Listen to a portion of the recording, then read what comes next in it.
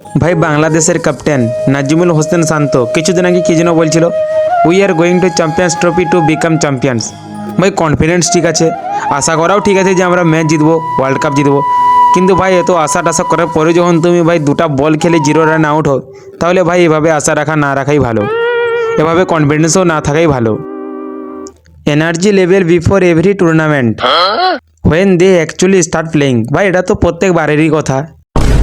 আরে ভাই এটা কি মোহাম্মদ শামি বাংলাদেশ? আরে ভাই ভাই মোহাম্মদ শামি তো একাই 5টা উইকেট নিয়েছে। বাহ শামি বাহ। রোহিত মাফ কর দো অক্ষর ভাই। আরে রোহিত শর্মা যদি সেই ওই ক্যাচটা যদি ধরে নিত, তাহলে ভাই অক্ষর প্যাটেল একটা হ্যাট্রিক হয়ে যেত, একটি দুর্দান্ত একটা হ্যাট্রিক হয়ে যেত এবং অক্ষর প্যাটেলের কিছু রেকর্ডও তৈরি হয়ে যেত। কিন্তু একটা ইজি ক্যাচ ছিল, কিন্তু সেটা রোহিত শর্মা ক্যাচটা ধরতে পারলো না। अक्षर पटेल क्या करूँ मैं इसका, कुछ बोल भी नहीं सकता, कैप्टन जो है अरे भाई वो तो है। ये सब मेरे लिए बहुत ही आम बात है।